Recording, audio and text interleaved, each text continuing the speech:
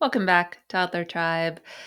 This is our Thanksgiving episode. Thanksgiving is in 2 days, and I am so feeling grounded in gratitude these days for almost everything that is happening in my life. And I realize that that is a long journey for us as adults to get to the point where even if there are moments that are not so fantastic, we can find the good.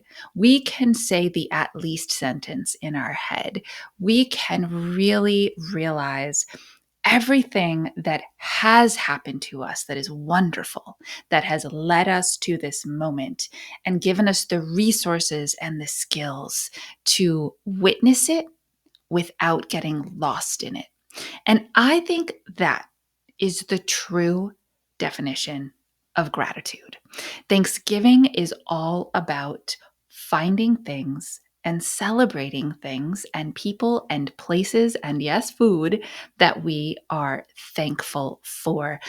Today, I kind of want to pull apart the idea of grateful versus thankful, specifically within your toddler's experience.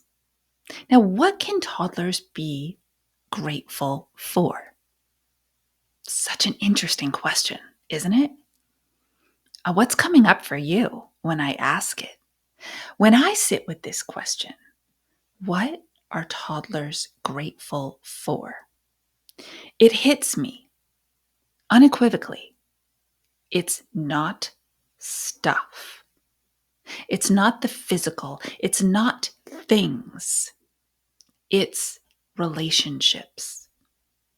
They are grateful for the people in their lives, for the connection they have with others, for the physiological safety that they feel within the home, at school, with that special person who's their mentor. You might have a nanny. That's a mentor type status in a toddler's life. I really want you to think this through.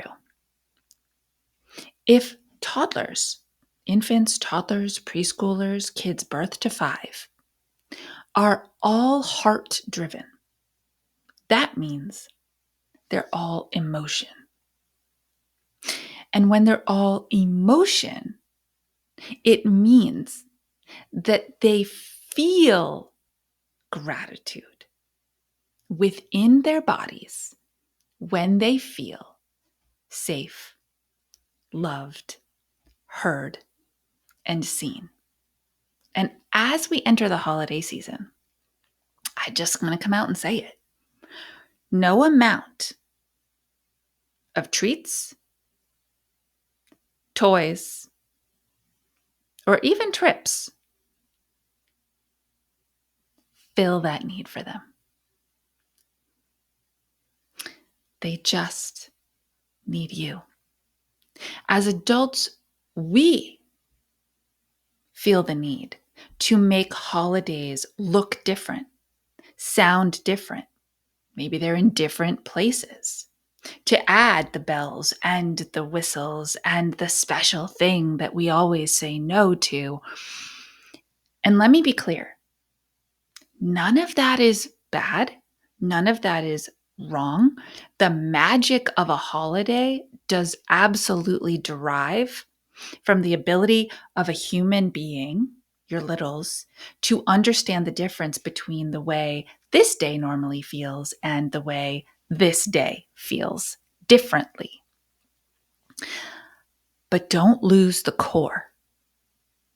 In all of that, in all the shiny and all the different and all the fun and all the treats, don't lose the core of what their gratitude really is.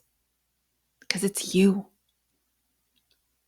You know that saying, home is wherever we are? Home is wherever you are for them. And so, as long as you maintain that deep connection, they will be able to adjust to the new places, the new people, the new foods that might wreak a little havoc within their little bodies. That's just the magic. The true magic is you. All right, so let's look a little deeper here at this terminology. So during the holidays, you often will hear yourself say to your littles, say thank you, say thank you, say thank you. Why? Why are you asking them to use their voice to thank somebody else? You really understand the value of what that other person just did. The compliment, the gift, the piece of pie they handed over. You understand it. They're still working on that deep understanding. Remember, that part of their frontal lobe and the reasoning that goes along with our psychological understanding of humanness, that takes a while to develop. It's not there at 2 or 3. They are still in their very egotistical space. So, say thank you is our prompt, but it's kind of mechanized. Stay with me. You express to them, say thank you. And they go, thank you. Can you see what I mean? It's transactional. They don't know why they're saying it, except that you asked them to or told them to. And they love and trust you and respect you. And so they say it to the other person. What if we could adjust our words ever so slightly to turn on their brain, to help them choose the words to say so that it comes from an internal space, not an external trigger, which were your words, right? When we tell kids, they just do. Some of the time. Some of the time they don't. That's a different podcast episode. When we invite kids, they have to think. I'm going to say that again. When we tell kids what to do, they already have the answer. When we invite kids to participate, they have to think. So what if your words sounded more like this? You could say, thank you, or I like that.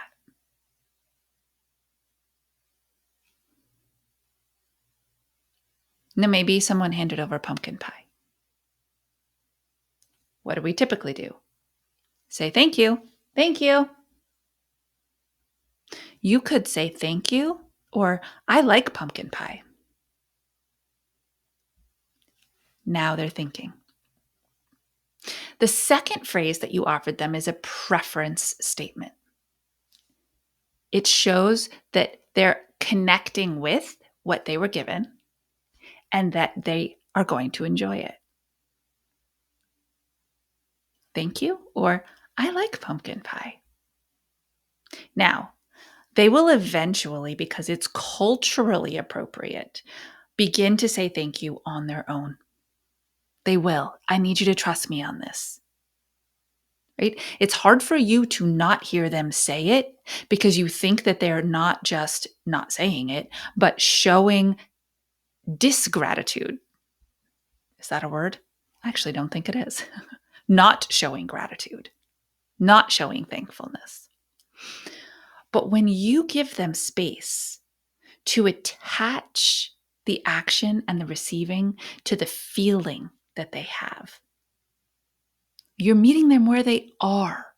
And that is what you really want.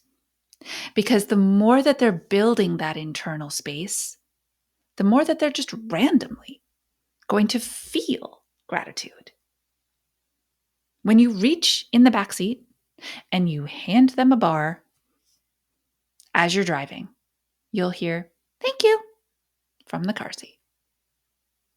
You're teaching the internal core of your human to receive with grace so that they can be thankful, grateful people. I know. I'm going to go deep this season. I'm just warning you, okay? Typically in the holiday season, I will tackle some big issues that recur every single year for toddler parents and caregivers. But this year, I'm just feeling like we need to explore what it feels like to be a little person in these spaces and talk more about how to talk to them, to give them space to process, to connect, and to fully engage. Until our next episode, you know what to do. Stay mindful and proactive as we transform the toddler years.